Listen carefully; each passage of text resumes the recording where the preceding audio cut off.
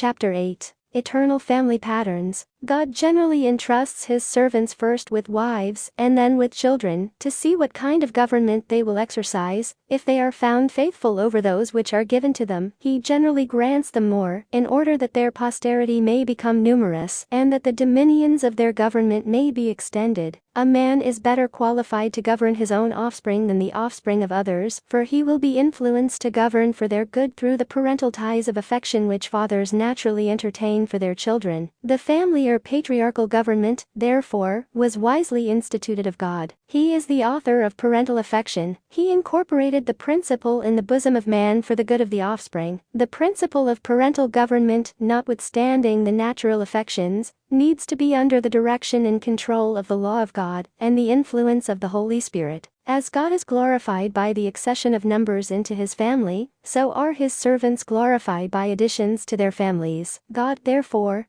has wisely ordained the plurality of wives, that the families of his faithful servants may be increased, even as his own government and kingdoms are increased. That which will enlarge the dominions of the Almighty will glorify him, and the same things that will glorify God will glorify man. In Isaiah, it is said of Christ, that of the increase of his government, there shall be no end, and that, as the Prince of Peace he should sit upon the throne of David and upon his kingdom, to order it, and to establish it with judgment and with justice from henceforth even forever. Isa. 9:7. As there will be no end to the increase of the numbers who will come under the government and dominion of Christ, so there will be no end to the increase of the governments and dominions and kingdoms of his servants, for they will be made like Christ and be one with him, even as he and the Father are one. The prophet Isaiah, when he saw that Christ should be cut off out of the land of the living, asks the question, who shall declare his generation? He then immediately informs us that Christ himself should be comforted in his dying moments by having a knowledge of his generation unfolded to his vision. When thou shalt make his soul an offering for sin, he shall see his seed. Isa. 53. Many have supposed that the seed of Christ or his generation has reference to those who are born into his kingdom exclusively. But we must recollect that the inhabitants destined for this earth are limited in numbers, and that, however numerous they may be, who become, on this earth, his adopted sons, yet there will evidently be an end, or a time when no more of mankind will receive the law of adoption, but the increase of Christ's government is to be without end. Therefore, there must be a continual increase of his seed or generation throughout eternal ages. This is what comforted him in the hour of his greatest sufferings. Now unless the seed and generation of his servants are also eternally increased,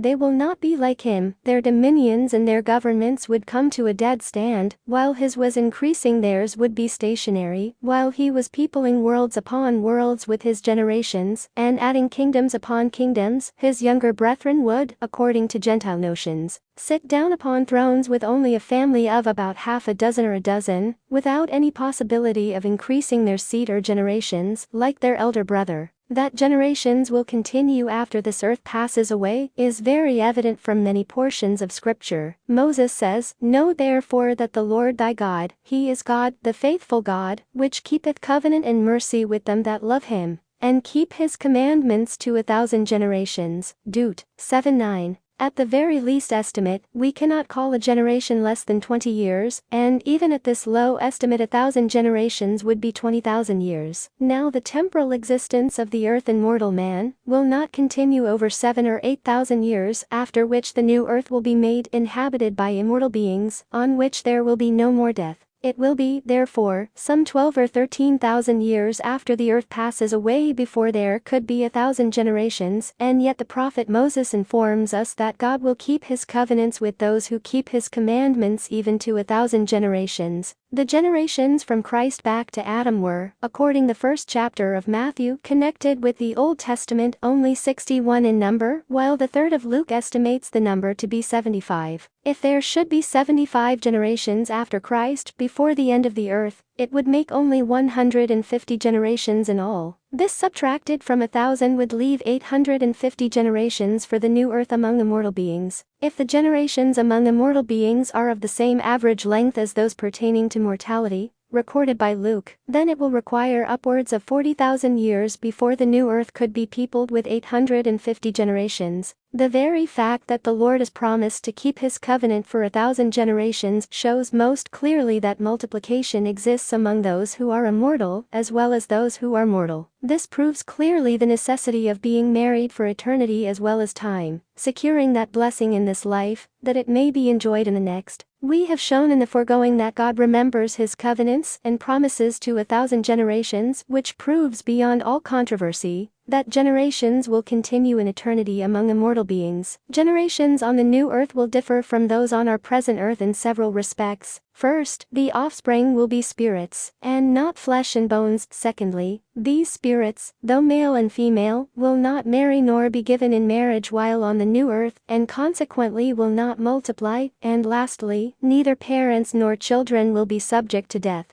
Upon this earth, parents are considered the first generation children, the second, grandchildren, the third, great-grandchildren, the fourth, and so on. But upon the new earth, generations cannot be estimated after this manner, for the simple reason that there will be no grandchildren nor great-grandchildren only so far as the tabernacles are concerned, but all will be children. As the immortal parents represent the first generation, their immortal children will represent the second, but there never can be a third, nor fourth, nor any future number of generations on the new earth. Before the second generation of the children can have the privilege of raising up an offspring of spirits called the third generation, they must have a world created for them, receive bodies of flesh and bones upon the same, pass through a second estate similar to the one through which the inhabitants of this earth are now passing, die and be redeemed from the grave, and their world be redeemed and glorified, and made new, the same as ours will be, and then, they will commence multiplying an offspring of spirits. These will be the third generation, or grandchildren of those who are redeemed and inhabit this earth in its glorified state. There must be a new world created for each successive generation, so that generations among immortal beings will be reckoned according to the genealogy of worlds. Each successive world will be peopled by beings of the same order of generation. All the inhabitants destined for this earth are,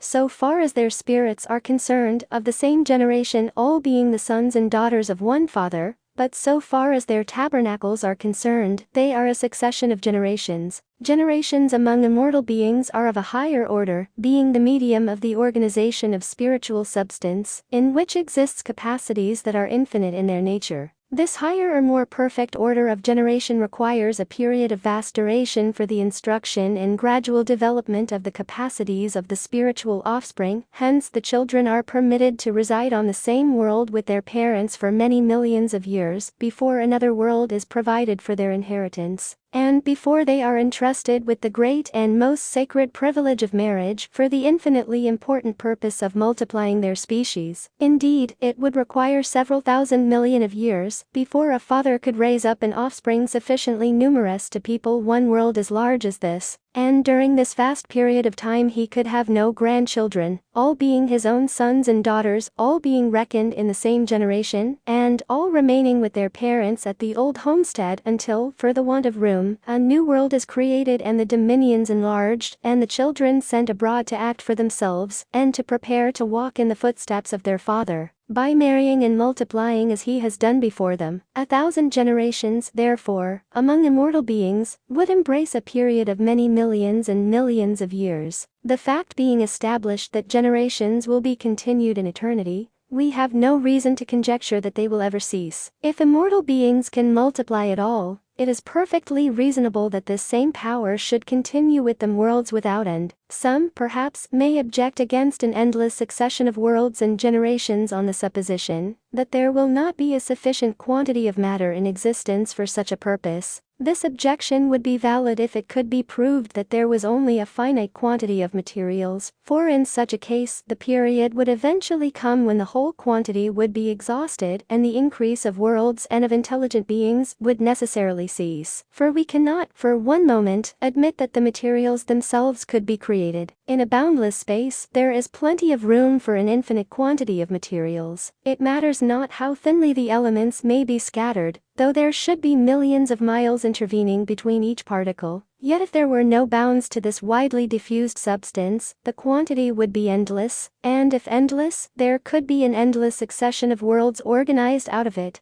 without any possibility of exhausting it. Neither reason nor observation can determine the quantity, for as God did not create the elements, they are necessarily eternal, and therefore exist without a cause. There is no cause for the quantity that exists. Indeed, there is no reason why space contains any substance whatever, much less is there any reason why space contains a large instead of a small, an infinite instead of a finite quantity. That there is an infinite quantity of matter in space is certain from the revealed fact that there is to be no end to the increase of the government or kingdoms of Christ. In order that the increase may be without end, the quantity of materials out of which these kingdoms are formed must be inexhaustible. No objection, therefore, can be raised against the endless increase of worlds and of living beings for the want of sufficient substance. The affection which exists in the bosom of parents towards their offspring will be far greater among immortal and celestial beings than what it is here in this world. Consequently, they will watch over them with the most tender feelings and ordain laws and rules for their government, adapted to their capacities and wants. And when they create a new world and send their dear children to receive upon the same bodies of flesh and bones, their affection for them will not in the least be diminished. They will still be just as anxious for their welfare and happiness as when they dwelt immediately in their presence. Those among their offspring who are sent to people new worlds and who obey the law of righteousness will be more highly favored than the rebellious. The righteous among them will be entrusted with the watch, care and protection of the children of their celestial or heavenly parents. This is one great reason why the Lord has chosen the righteous in this world to raise up seed unto him through the divine institution of marriage. It must be evident to everyone that when God sends forth his own children from heaven to be born into this world, that it must be more pleasing to him for them to receive tabernacles among the righteous than among the wicked. This is one reason that he has instituted a plurality of wives among the righteous, that those noble pure spirits who dwell in the presence of God may come forth into the world through the righteous and be taught in the law of righteousness. When God sends forth these spirits and entrusts them to the care of the righteous, there is a prospect of their returning again to enjoy the fullness of his glory. But when the spirits from heaven are born among the wicked, the prospect is that they will be corrupted by the precepts and wicked examples of their fathers, and thus be unprepared to return to the bosom of their Father in heaven. The Father of these spirits, through the love which he has for them, is greatly pleased when he can find a righteous man unto whom he can safely entrust a great number of wives, and make him the father of many children, and by this means save them and bring them to their former home again. If it were necessary for parents who dwell in the United States to send forth their beloved offspring to some distant nation, there to abide for many years before they were permitted to return, how great would be their anxiety to place them under the protection of their friends instead of their enemies. Would not parents feel the most intense desire that their children might be placed under the watch care of their own dear friends, who would teach them to love and reverence the advice and counsel of their parents? Would they not much rather entrust 100 of their children to the protection of a kind-hearted wise friend than one to an enemy? All will answer, with one accord, yes. If then earthly parents would feel so great a solicitude for the welfare of their absent children, how much greater must be the desire of the Father of spirits for the welfare of his own beloved offspring, when he sends them from home to a distant world to be entrusted to the care of earthly parents. What must be his feelings when those earthly parents are his enemies, when they will by their own evil influences destroy those pure and innocent spirits entrusted to their charge? No wonder then that the Father of spirits should command his friends to marry a plurality of wives, that those precious jewels from heaven may be educated in the law of righteousness and in due time safely return to the bosom of their heavenly parents. Instead of condemning his friends because they have a great number of wives and children, he will bless them and rejoice over them because of their righteousness. Among all the duties devolving upon mortal man, there is none of more importance than that of marrying in righteousness. The Lord has considered this institution of so much consequence that he has ordained authority that has the power to determine as to the number of wives a righteous man may have. There is no station in life, however high and responsible, that will exempt the righteous from appealing to this authority. Joash, the king of Israel, though a good man, yet had no right to take a plurality of wives without the consent of the authority which God had ordained. Hence we read that Jehoiada, the priest, took for him 2 wives, and he begat sons and daughters. 2 Chron. 24:3.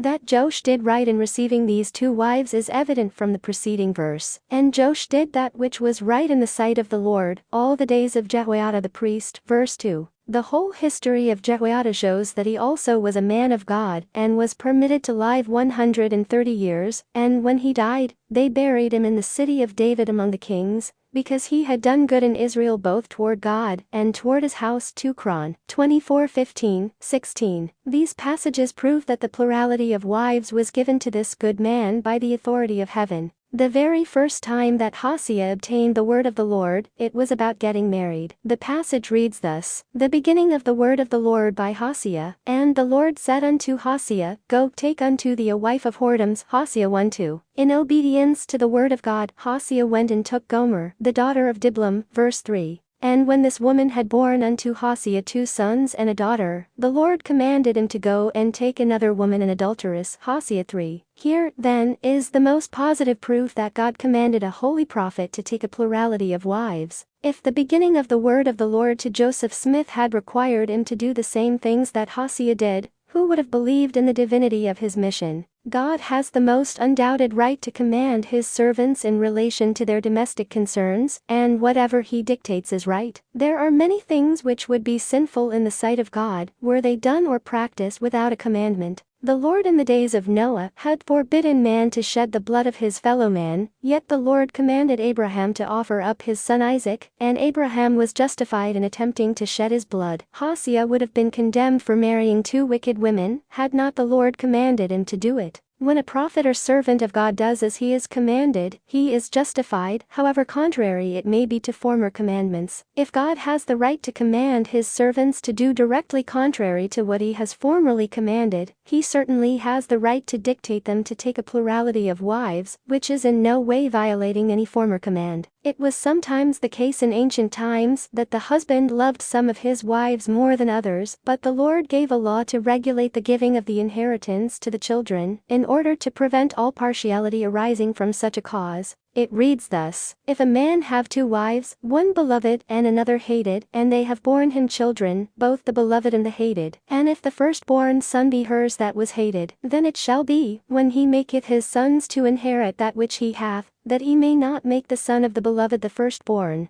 before the son of the hated, which is indeed the firstborn. But he shall acknowledge the son of the hated for the firstborn, by giving him a double portion of all that he hath, for he is the beginning of his strength. The right of the firstborn is his. Deut. 21:15, 16, 17. In making this provision for the security of the inheritance of the firstborn, there is no disapprobation whatever expressed against the practice of plurality, but on the contrary, the children of each wife are considered perfectly legitimate, and entitled to the proportionate shares of his property, in the same manner, as if they were the children of one wife. We cannot feel justified in closing this article on the subject of marriage, without saying a few words to unmarried females in this church. You will clearly perceive from the revelation which God has given, that you can never obtain a fullness of glory, without being married to a righteous man for time, and for all eternity. If you marry a man who receives not the gospel, you lay a foundation for sorrow in this world. Besides losing the privilege of enjoying the society of a husband in eternity, you forfeit your right to an endless increase of immortal lives, and even the children which you may be favored with in this life will not be entrusted to your charge in eternity, but you will be left in that world without a husband, without a family, without a kingdom, without any means of enlarging yourselves,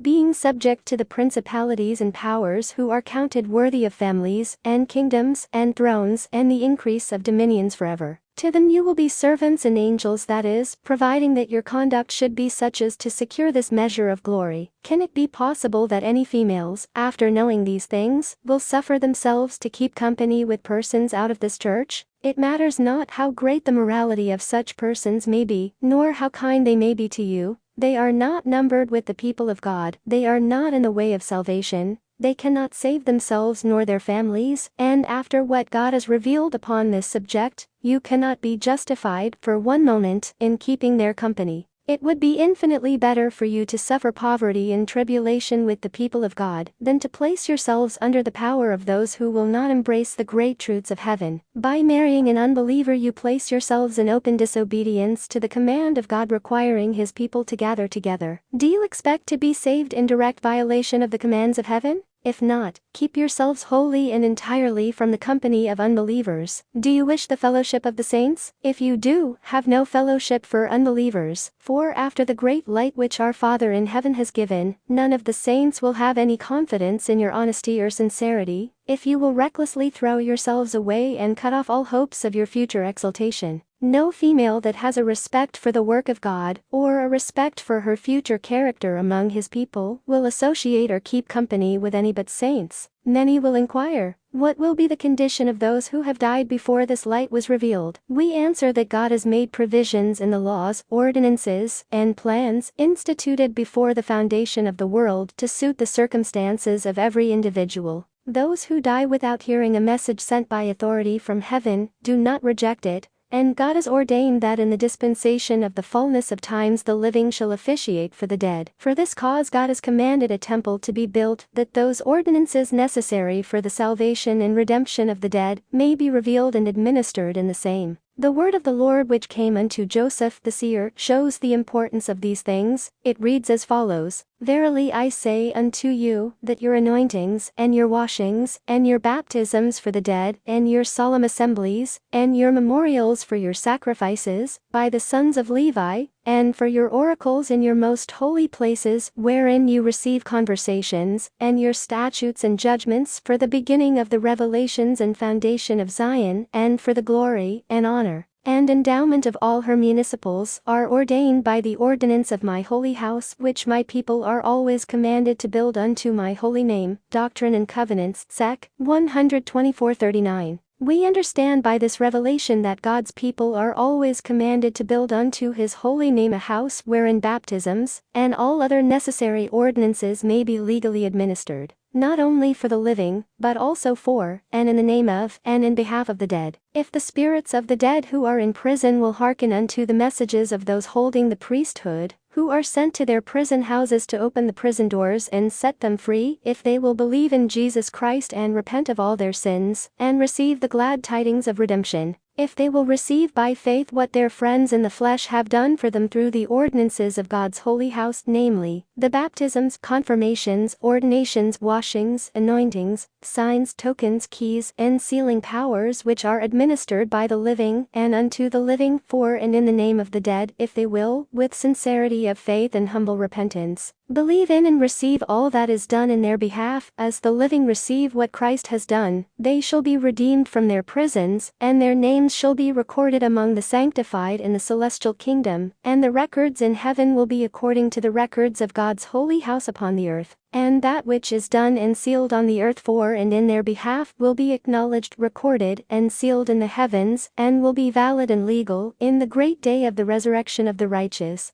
But the remainder of the spirits who will not receive the glad tidings and accept of deliverance shall be kept in chains of darkness unto the judgment of the great day. And their torment shall be as if suffering in flames of fire, where their worm eateth not. Do you inquire how we are to obtain the genealogies of our fathers, so as to do this work for them which they, when living, had not the opportunity of doing, and which they, as spirits in prison, cannot do? We answer, that it is the duty of all saints among all nations to search out, as far as possible, their family records, and their genealogies, and their kindred, both the living and the dead, and when you have been diligent and procured all the information within your reach, and have gone into the holy temple of the Most High, and done what is required of the living for the dead, then God will show you by his prophets and seers, and by holy messengers and angels, the genealogies of your fathers, back from generation to generation unto the beginning, or unto the time when the powers, and keys, and ordinances of the priesthood were upon the earth. When you obtain these genealogies, it will be your duty to receive in the holy temple all the ordinances and sealing powers which were instituted in the councils of the sons of God, before the world was, for the salvation, redemption, exaltation, glory, and honor of the dead who died without a knowledge of these things. For you, without your fathers, cannot be made perfect. Neither can the ancient fathers who held the priesthood be made perfect without the children. The time is near at hand when the fathers who hold the priesthood in heaven will be united with the children who hold the priesthood upon the earth, but there are many generations intervening who held not the priesthood, but died in their ignorance. The grand chain of patriarchal government, according to the order of generations, will be broken, and the union will not be complete. Unless the hearts of the fathers are turned to seek after the redemption of the generations of their children who have laid down in their graves in the days of darkness, and also unless the hearts of the children are turned towards their fathers, thus through the united exertions of the priesthood in heaven with the priesthood upon the earth, the intermediate links of the great chain of generation will be restored, and the union of the fathers with the children will be made perfect, and each successive generation will stand in their own order, exercising their patriarchal authority, and swaying the scepter of righteousness, according to the holy order of the priesthood forever and ever. When these holy and sacred institutions are made known to the spirits in prison by holy messengers holding the priesthood, they will be left to their own agency either to receive or reject these glad tidings, and will be judged according to men in the flesh, who have the privilege of hearing the same things. By the same law they shall be justified, and by the same law they shall be condemned, according to their works. Thus God has ordained the same plan for the salvation of both the living and the dead, for those that die in ignorance, as for those who hear it while in the flesh. Among these sacred and holy things pertaining to the fullness of the everlasting priesthood, and the eternal exaltation of the male and female, is that of marriage for eternity, which ordinance was instituted for the benefit of the dead as well as the living. The proper places for the celebration of this holy institution are in Zion and in her stakes and in Jerusalem, to be administered under the direction, and by the authority of him whom God ordains to hold the keys of the sealing powers among his people upon the earth. This ordinance, like baptisms for the dead and numerous other ordinances, belongs more properly to the house of the Lord, and should be attended to therein as soon as the same can be built. If a husband has lost his wife by death before he had the opportunity of attending to this holy ordinance, and securing her as his lawful wife for eternity, then it is the duty of the second wife first to be sealed or married to the husband for and in the name of the deceased wife for all eternity, and secondly, to be married for time and eternity, herself to the same man. Thus by this holy ordinance, both the dead and the living wife will be his in the eternal worlds. But if previously to marriage for eternity, a woman lose her husband by death and marry a second, and if her first husband was a good man, then it is the duty of her second husband to be married to her for all eternity, not for himself, but in the name of her deceased husband, while he, himself, can only be married to her for time.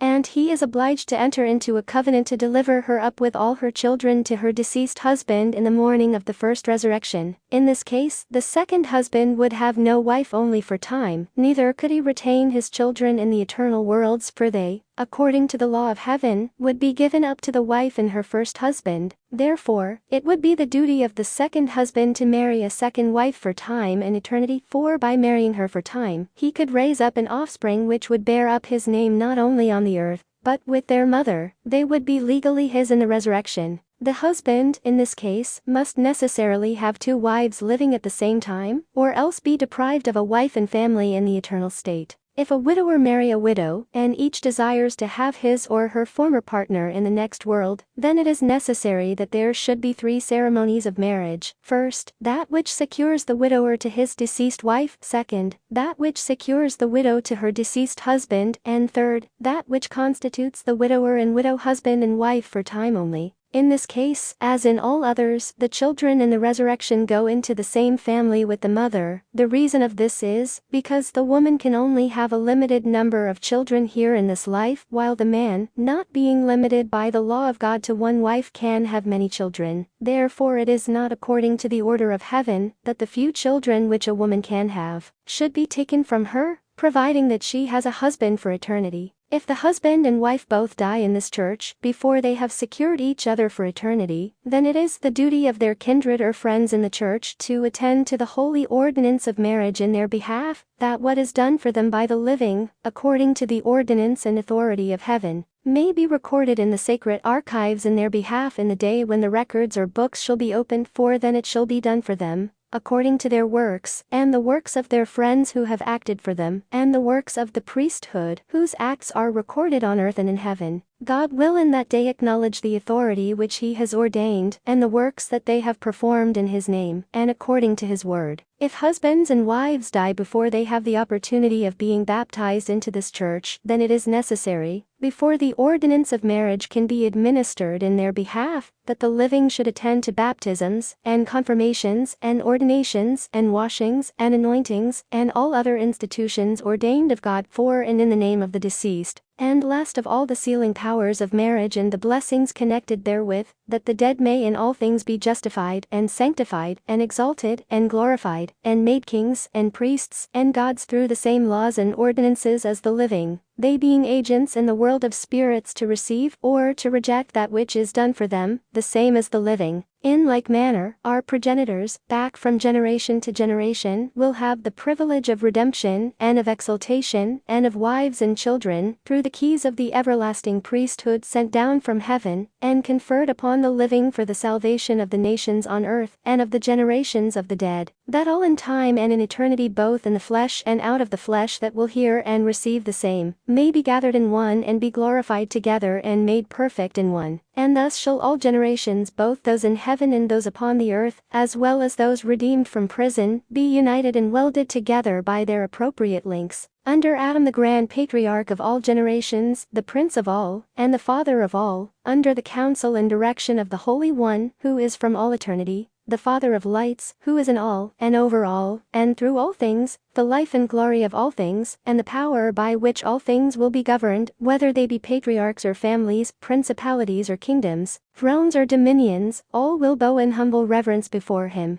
and give him glory for ever and ever. The husband is the head of the family, and it is his duty to govern his wife or wives and children, according to the law of righteousness, and it is the duty of his wives to be subject unto him in all things, even as the church is subject unto Christ. This is clearly revealed in the declaration of the Lord to Eve immediately after the fall. It was said unto her, Thy desire shall be to thy husband, and he shall rule over thee. Gen. 3:16. This divine institution in the order of family government was intended as an everlasting order to be continued in all generations. Each wife should seek counsel from her husband and obey the same with all meekness and patience in all things. This order of things is only applicable in the families of the righteous, for God has nothing to do with the families of the wicked, only to bring them to judgment for all their wicked deeds. But the families of the righteous are under the most sacred obligations to give the most earnest heed to all the counsels of the head of the family, and he is bound by the heaviest responsibilities to counsel with sobriety,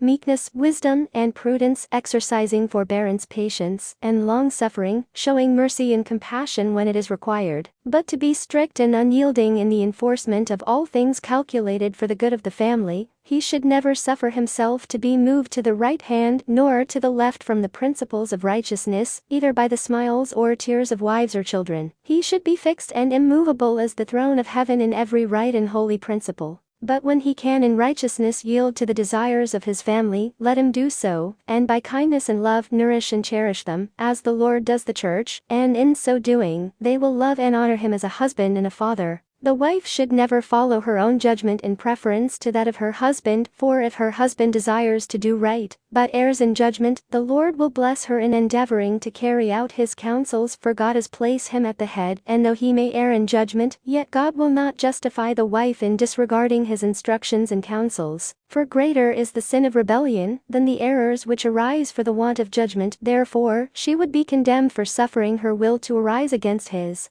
Be obedient, and God will cause all things to work for good, and he will correct the errors of the husband in due time by the authorities of the priesthood. And if he govern his family in unrighteousness, and the wife is obedient, the sin will be upon his head, and if he repent not, when he is reproved, he will be disfellowshipped, after which the woman is not under the same obligations to abide by all his counsels as in the days of his righteousness. As we have already observed, the law of strict obedience on the part of the wife and children is only applicable in families who are in the church of God and in full fellowship. Rebellion in families is as sinful as rebellion against the authorities ordained in the church, and a wife will lose the Spirit of God in refusing to obey the counsel of her husband, just the same as members of the church would in rebelling against the counsels imparted to them by the priesthood. Family government is the first order of government established on the earth. The different members of a family should seek to be one in all things, for if they are not one, how can it be expected that different families can become one? If the members of the same family will not be subject to the order ordained of God for their government, they certainly could not be united with other families under the government of the priesthood, with any expectation of preserving peace. God designs to make all the families of heaven one with the families of the righteous upon the earth. In order to accomplish this, the most perfect order of family government must be adopted. Husbands must govern their wives and children in righteousness, and wives and children must learn to honor and respect the counsels of the head of the family. And when every family becomes one in all things, they will be prepared to unite themselves together under a more general form of government.